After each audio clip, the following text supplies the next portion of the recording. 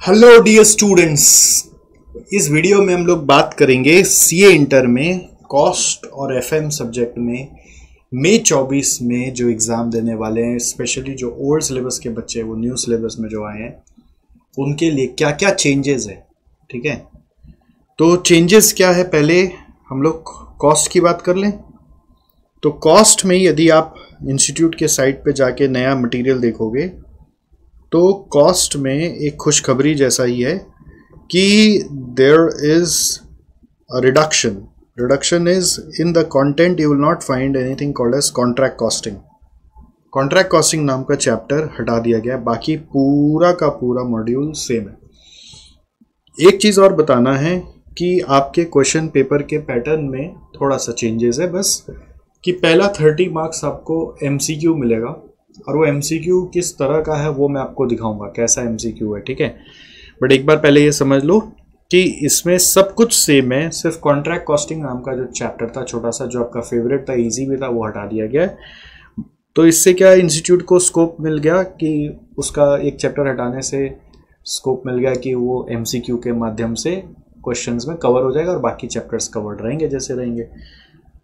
तो एमसीक्यू के लिए कुछ अलग से करना है क्या? कुछ नहीं करना है, उसका क्वेश्चन मैं दिखाऊंगा आपको क्या करना है अलग से। How to prepare MCQ I will show you. तो कुछ भी और अलग से पढ़ना नहीं पढ़ना है, ठीक है। हाँ, पूरे मैट में ना 3-4 क्वेश्चन ऐसे हैं जो आपके पुराने मैट में नहीं थे, बट वो इंस्टीट्यूट के ना आरटीपी एमटीपीज में पहले आ गए थे, तो वो जरूर इसमें घुसाया गया। तो अगर आपने पहले का आरटीपी एमटीपीज भी किया तो वो भी नहीं करना पड़ेगा, ठीक है। But still I will advise कि जो भी मई 24 में जा रहे हैं एक बार इंस्ट्रूमेंट खोल के सारा सम्स को देख लेना कि आपको करना आ रहा है कि नहीं आ रहा है। कुछ कुछ आपके मेमोरी से निकल गया होगा तो ये इंपॉर्टेंट है, ठीक है। और इसी तरह से अब एफएम में भी आ जाते हैं, एक बार एफएम में भी समझ लेते हैं एफएम में क्या चेंजेस आया है। ठीक है गाइज, तो एफएम में क्या चेंजेस आया उसको देखो। यहाँ पर हम लोग स्टडी मटेरियल में ही गए। एफएम के साथ पहले था इकोनॉमिक्स फॉर फाइनेंस और अब आ गया एफएम और एसएम। क्या आ गया? एफएम और एसएम। और एफएम क्या है ना, 50 मार्क का है।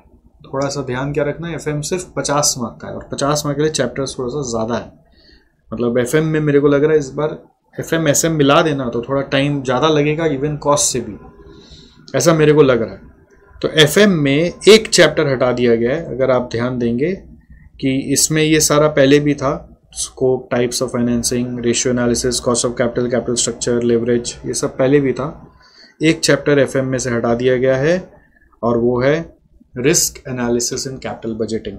कौन सा हटा दिया गया? Risk analysis in capital budgeting. अब मैं आपको ओल्ड सिलेबस का भी एक बार दिखा देता हूँ। ये ओल्ड सिलेबस के मैट के चैप्टर्स के नाम है। अब देखिए सब कुछ है, बस वो risk analysis in capital budgeting था वो हटा दिया गया है, बाकी सब कुछ एज इट इज़ ही है, राइट। बाकी सब कुछ एज इट इज़ ही है। So you got to know कि क्या चीज़ अल्टीमेटली हटा है और क्या चीज़ आ गया है, राइट। आया तो कुछ भी नहीं है, बट हटा है उधर से कॉन्ट्रैक्ट कॉस्टिंग और इधर से risk analysis and capital budgeting. वो risk analysis and capital budgeting final में शिफ्ट कर दिया गया, सी फाइनल एफएम में पढ़ना पड़ेगा। वही सेम चीज़ को उठा के यहाँ से वहाँ डाल दिया गया, सेम चीज़ को यहाँ से उठा के वहाँ पे डाल दिया गया है। Alright, you got my idea, got my point. अब बात आ रही है हाउ टू हैंडल एमसीक्यू। चलो एमसीक्यू के बारे में बात कर लेते हैं। हाउ टू हैंडल एमसीक्यू, तो हम लोगों को अभी रिसेंट का मॉक पेपर जैसा एक आरटीपी आया है, रिसेंट का रिवीजन टेस्ट पेपर आया इंस्टीट्यूट की तरफ से, ठीक है। उसमें चलते हैं, कॉस्ट का में चलते हैं। ये देखो कैसा दिख रहा है आपको। डिवीजन ए बोल रहा है केस सिनेरियो। तो केस सिनेरियो में मटेरियल कॉस्ट का नॉर्मल क्वेश्चन है और उसका आंसर्स के लिए एमसीक्यू बना दिया है। मतलब वो नॉर्मल डिस्क्रिप्टिव क्वेश्चन है जो क्लास में कराया जाता है, बस उसका आंसर के लिए एमसीक्यूज इस तरह से पूछा जा रहा है, केस सिनेरियो बेस्ड एमसीक्यूज, ठीक है। अब इसका लिखना कैसे, वहाँ पे शायद आपको ओएमआर शीट मिलेगा इसके लिए 30 मार्क्स के लिए। इसका हो सकता है एग्ज़ाम में पहले 30 मार्क्स का एग्ज़ाम होगा, उसका पेपर जमा हो जाएगा ओएमआर में, उसका क्वेश्चन आपको घर लाने नहीं मिलेगा, रेस्ट का क्वेश्चन घर लाने मिलेगा, ऐसा भी हो सकता है। क्योंकि पहले एमसीक्यू जो था दूसरे पेपर्स में सीए में ऐसे ही होता था। अभी क्या है, उस पर बहुत ज़्यादा क्लैरिटी नहीं है, वो इवेंचुअली पता चलेगा। बट बाकी क्वेश्चन है, कोई एम्प्लॉय कॉस्ट का भी वैसे ही एमसीक्यू आया। तो एमसीक्यू के लिए अलग से कोई प्रिपरेशन नहीं करना है, इट्स अ नॉर्मल प्रिपरेशन जो आप कर रहे हो वही है। बस उसमें से ही 2 क्वेश्चन आपके एमसीक्यू के शायद आ जाएंगे या 4 आ जाएंगे, 2 की जगह 4 भी आ सकता है। अभी तक आरटीपी देख के यही समझ में आ रहा है। और जो ये कॉस्ट में है उसी तरीके से आरटीपी ऑफ एफएम में भी ऐसा ही है। तो एफएम में भी केस सिनेरियो बनाया हुआ है और उसमें भी इसी तरीके से नॉर्मल क्वेश्चन में से बस टुकड़ा टुकड़ा क्वेश्चन निकाल कर एमसीक्यू बना दिया है।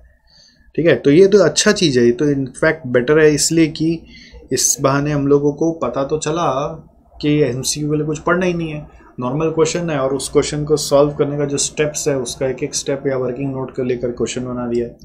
तो ये आपके लिए नया हो सकता है, हमारे लिए नया नहीं, क्योंकि अभी सीएमए एग्ज़ाम जो आप जानते होंगे, कॉस्ट एंड मैनेजमेंट अकाउंटेंट का जो परीक्षा है, ये सीएमए की बात नहीं हो रही है, सीएमए कोर्स की बात हो रही है। उस परीक्षा में हम लोग कोविड के समय इंस्टीट्यूट ऑफ कॉस्ट अकाउंटेंट्स ने ऐसा ही सिस्टम से उन लोगों का एग्ज़ाम लिया था। तो हम लोगों ने पूरा इस तरीके से ही अपने वीडियोस वगैरह उस समय से बदल लिए थे कि आप ये सब चीज़ को भी हैंडल कर पाएँ। मतलब all are incorporated into the way of teaching.